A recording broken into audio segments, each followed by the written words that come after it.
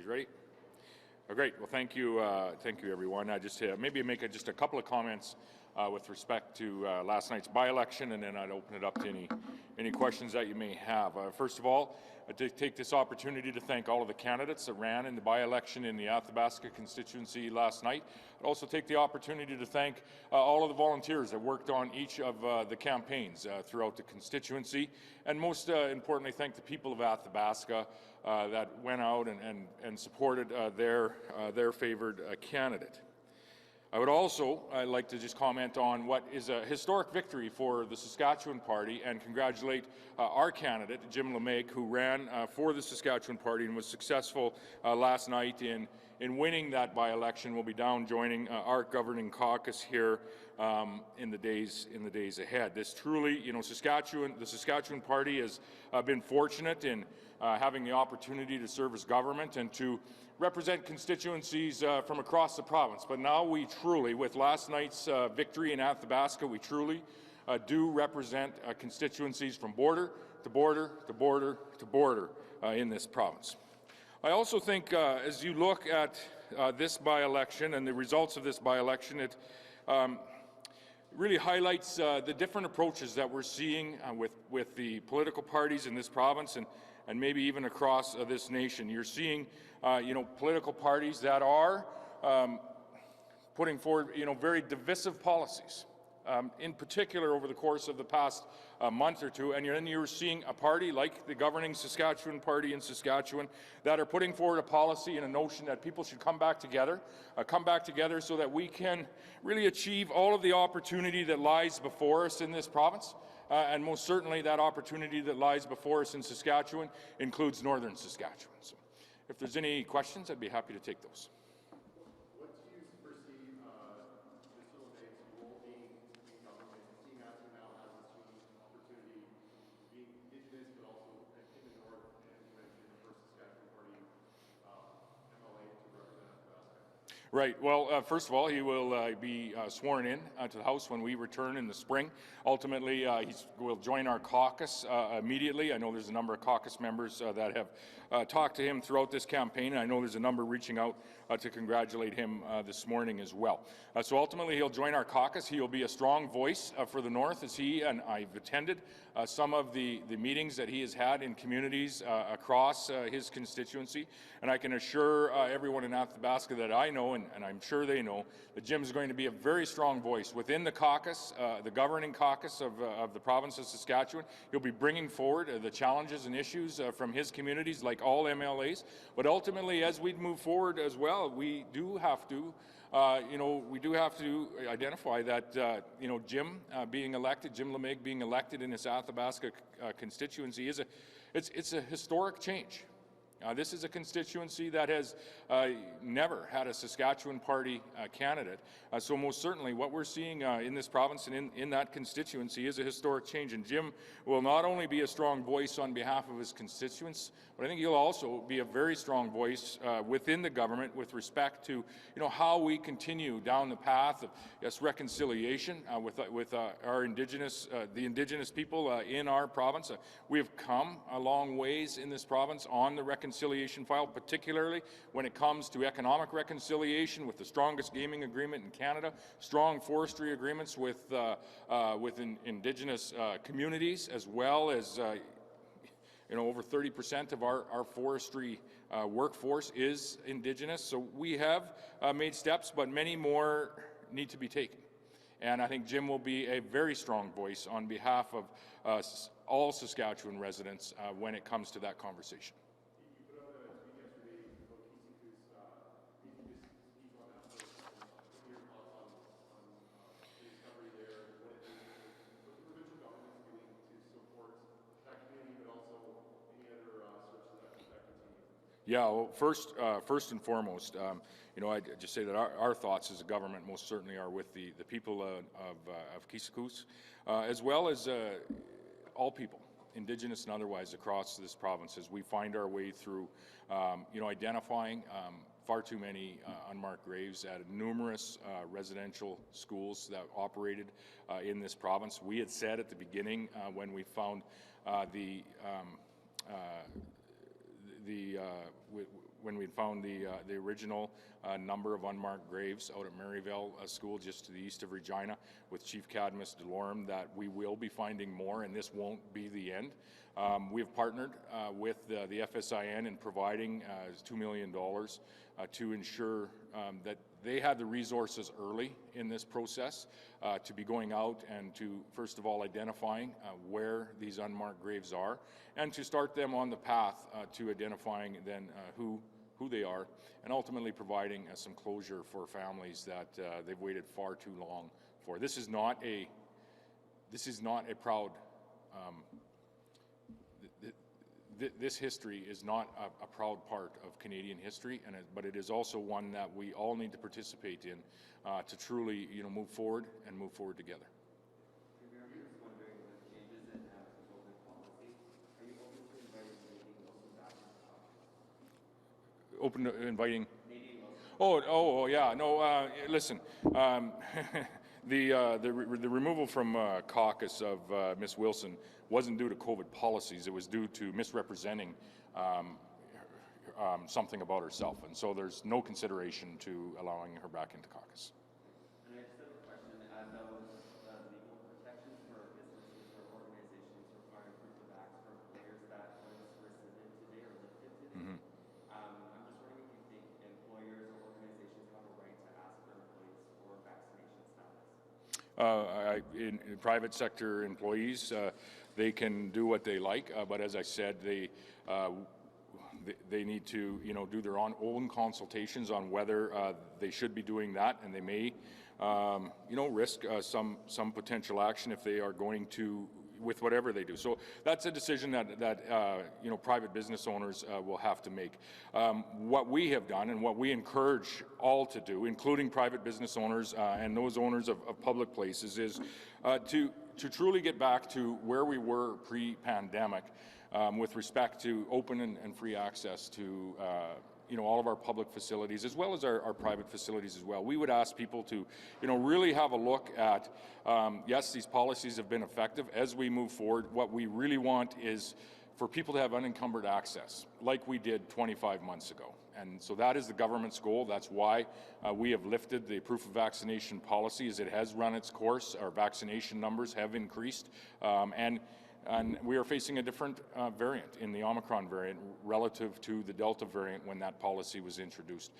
On this note, I would say that, vaccine policy, vaccine mandates are at the very core of what we see happening across this country in various protests, and what we see happening in downtown Ottawa. And we've seen all provinces now announce a plan of at least reducing the public health measures that they have in place. A number of provinces have announced a plan to eliminate all public health measures, including Saskatchewan, by a certain time. And we would encourage the federal government, excuse me, we would encourage the federal government to also put forward a plan. We feel that would go a long way in de-escalating, a number of protests across this nation. And in particular, we feel putting forward a plan like that would go a long ways to de-escalating the situation in downtown Ottawa as well. People do want to find their way back to normal, maybe not today or tomorrow, but in the weeks and months ahead. And I think that would be we would urge the federal government to once again reconsider where their vaccine mandates are today, and at least communicate with Canadians when they are going to be removed. They can't be there forever. They will need to be removed at some point in time, and it would be our advice to the federal government to communicate that sooner rather than later. Is it your, are you thinking of publishing health data daily? We've back to that. Saskatchewan's the only province that's moved to weekly. There's been some criticism from the health community. People that say they don't know what's happening in hospitals, they don't know what's happening in communities, they don't get that update. Maybe not a news release, but just bring the dashboard back on a daily basis, at least for the short term. Any thoughts on bringing that back? No.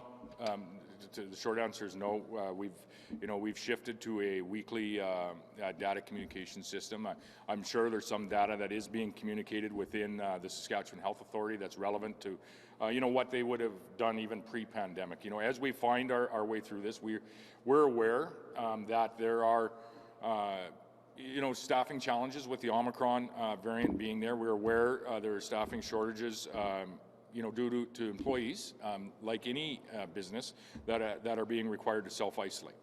We are also aware that in certain areas, certain facilities, at times, there are pressures, very real pressures with respect to how busy our healthcare system is. Where we are today, across the healthcare system, and we have said this since the beginning, we intend to use our entire provincial capacity. We're about 86% in our non-ICU capacity is being utilized today. That's down from about 91% last week. So we understand there's some localized challenges, in particular in our tertiary centres. Those are very busy. They're very busy previous to COVID, and as we look ahead to, finding our way through a surgical backlog like many other provinces, they're going to be very busy in those facilities for years to come. That's why we are investing in additional ICU beds. That's why we are investing in reducing that surgical wait time, and that's why, quite frankly, and you will see in the weeks and months ahead, we need to continue to invest in our healthcare system and in the people that are working in our healthcare system. And so you have seen some of that investment be announced throughout COVID. You've seen that investment be provided throughout COVID, and you're going to continue to see that investment in the months ahead as we head into a spring budget. Again, I would encourage the federal government to have a fulsome conversation with the provinces on their share, the federal funding that goes into healthcare, which has slipped down to about 22% across the nation. Should be up around 35%. The ask is before the federal government from all 13 premiers, 10 provinces, 3 territories, to increase the Canada Health Transfer, and we would most certainly ask the federal government to consider that as well.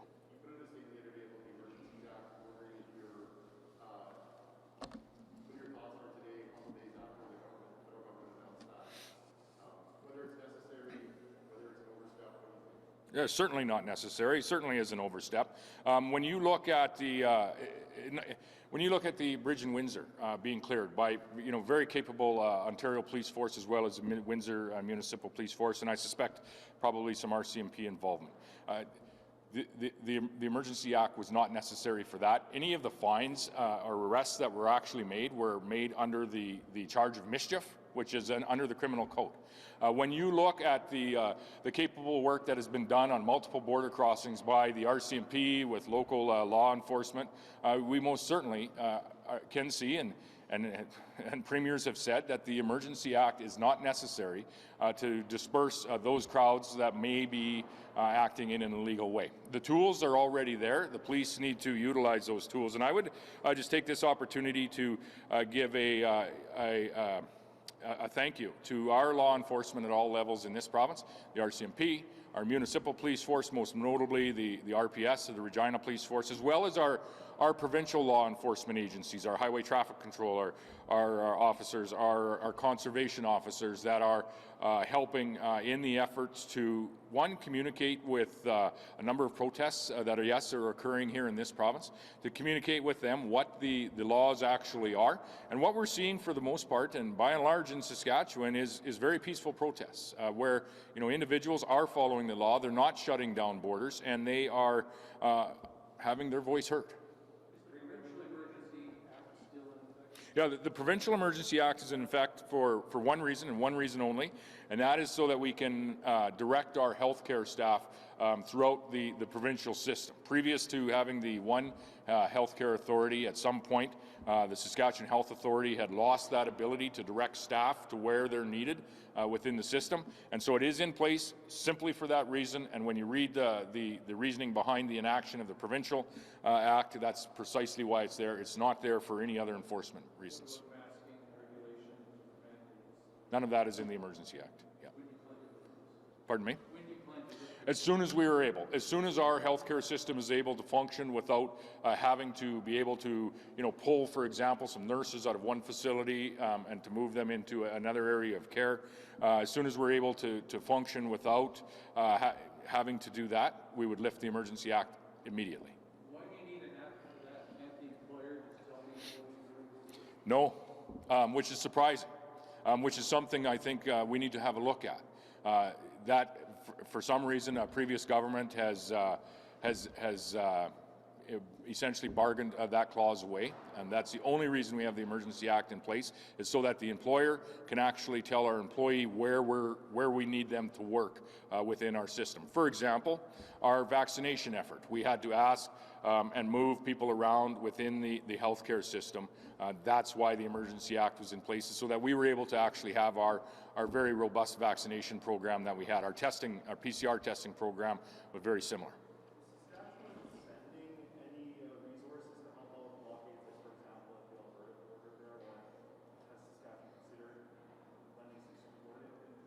Yeah, I'm not aware of any request for additional resources.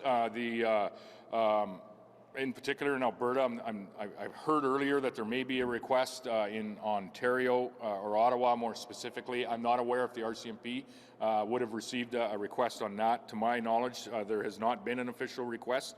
And I think the resources are there, the tools are there with respect to the laws that we have.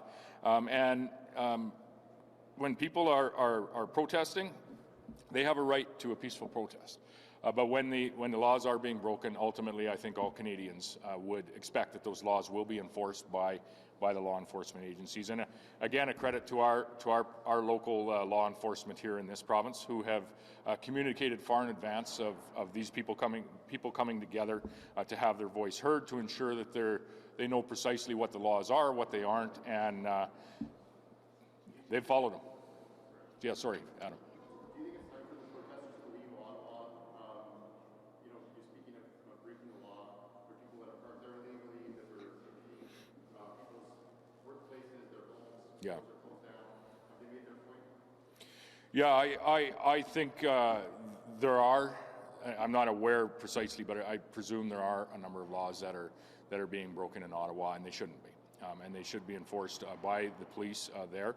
There is a role, however, as I say, for the federal government to help in de-escalating this situation. Public health measures, in particular the federal vaccine mandate with no negative test option, they should provide some guidance on when that vaccine mandate is going to go by the wayside.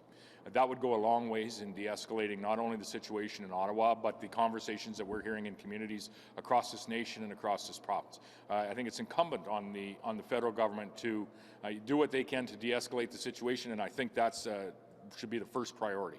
The Emergency Act does not provide any tools that are necessary, and that's been proven in Windsor and Coots and other border crossings. Emerson, I believe, is dispersing this morning. It's been proven that the Emergency Act is not necessary. Most certainly, that is not, and this is what I told the Prime Minister earlier this week. The Emergency Act does nothing to de-escalate this situation. It does nothing to bring Canadians back together, and most certainly it's not necessary, so why would you bring it in? In particular, why would you bring it in Saskatchewan? When can we expect the provincial budget to come, and how much more health dollars are you willing to commit? I'm not sure the date. It'll be in the parliamentary calendar.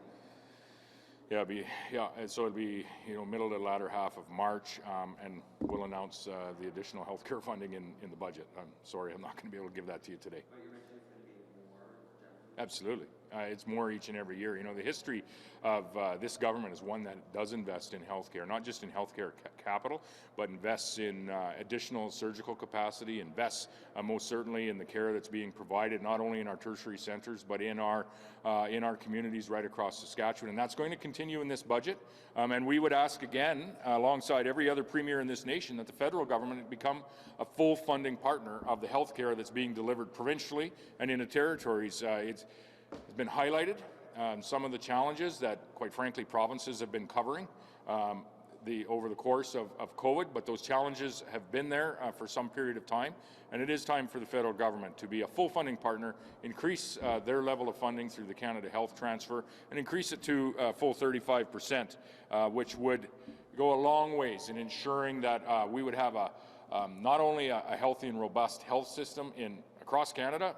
We're concerned with Saskatchewan, but would also ensure that provinces' balance sheets would be strong as well, because right now they're covering about 15% of the federal share of healthcare funding. What would happen to our healthcare system if the federal government doesn't commit to more dollars?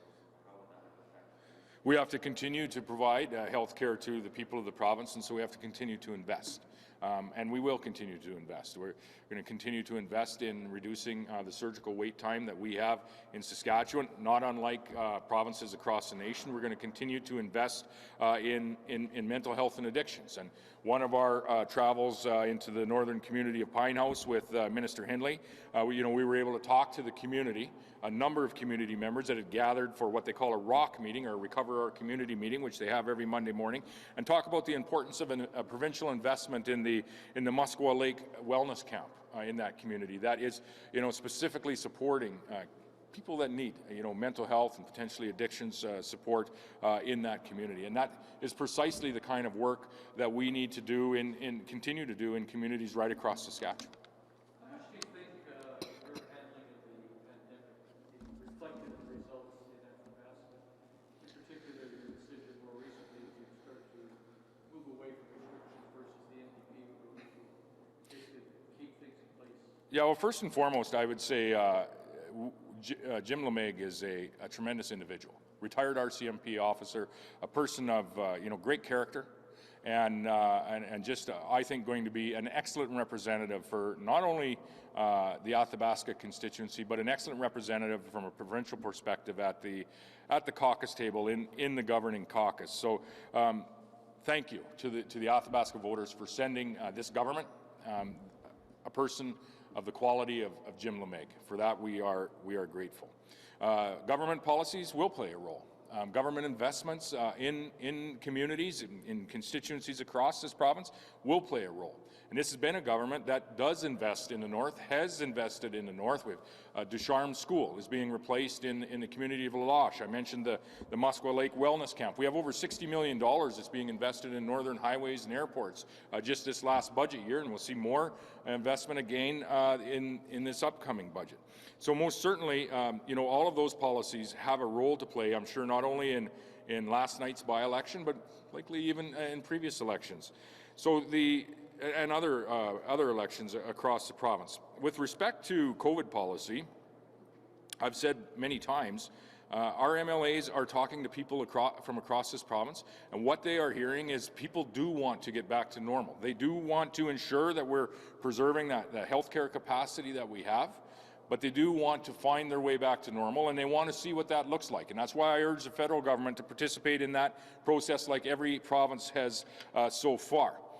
We also see more recently a variance in policies between the two parties in Saskatchewan, and we see this across the nation as well, where you see one party that is using very divisive language, and I would say quite hateful language actually, where people are going to have their voice heard legally and peacefully, like they did at Redgeway last weekend, where we have a party that calls on the government to condemn them and calls them extremists. That is divisive, hateful language that is not necessary as we move forward, and we move forward trying to bring this province back together. You have a governing party with a very different view and a very different message to the people of this province that we do need to come back together. We can disagree and not be disagreeable. We have so much opportunity that lies before us in this province as we look out over the course of the next number of months, the next number of years, and out to 2030, and we want to achieve it all, and it includes everyone in this Saskatchewan, in this province, and it most certainly includes the North. So does the government policies have an impact on last night's election results? I believe they do. And this government brings a message of unity and coming back together so that we can be all we can be as individuals, as communities, and as a province. Is there an expectation that STI, if you know about this, will follow the Emergency Act and the removal of driver's license and registrations? Is that one of the provisions that are on? Do you have any information on that? Yeah, we're actively looking into it. So the removal of commercial insurance or insurance, physical insurance on a vehicle, if there's Saskatchewan vehicles either in Ottawa or wherever they are, is quite problematic. How do you get that vehicle back to its place of origin? And so SGI is actively looking into what they can do should that act be enforced on some Saskatchewan licensed vehicles, how we can ensure that there still potentially could still be some physical damage insurance on those vehicles. So we're looking into what this all means right now. As I said, we don't feel the Federal Emergency Act should have been enacted. We don't think in any way that this provides an opportunity to bring people back together. We think it's a divisive move by the federal government, and we think they have another path that would be much more effective. And that path is to put forward a plan on what the de-escalation of their federal vaccine mandates would look like in the weeks and months ahead. Do you think if they announce that plan, the protest would end? I don't know. Yeah, I don't know that, but it most certainly is what I think, in fairness, and now that we've seen every province announce their plan, it's what Canadians, not just the ones that are in Ottawa in the protest, but what Canadians are ultimately looking for. And I think it would go a long ways to bringing this country back together. That's our goal in this province, and we would ask that the federal government quit labeling, like we see the opposition here in Saskatchewan, protesters that are participating, and make a concerted effort to essentially represent the people across this nation that they were elected to do so. Yeah. National Chief of AFN and Caucus they said that these unmarked graves that were found that I was speaking about yesterday Sorry, should which? should be considered as a crime. Oh, who said that? It was Caucus and the National Chief of AFN. Cadmus Delorme said that? Yeah. So do you think the RCMP should be investigating these findings as a crime? I think, and that's the 50 or so that were found. So I didn't hear that. I'm not aware as to why Chief Delorme would be saying something such as that. But most certainly, I think we have worked in partnership and done what we can with the FSIN first, and providing some funding. So as I said earlier, that we can actually identify where these graves are, ultimately identify who they are, and provide some closure to the family. As you go through that process, if there are indications that there's some criminal activity of any kind, I would hope that the RCMP will certainly look at that. I'm not aware of the precipitus as to why those comments were made.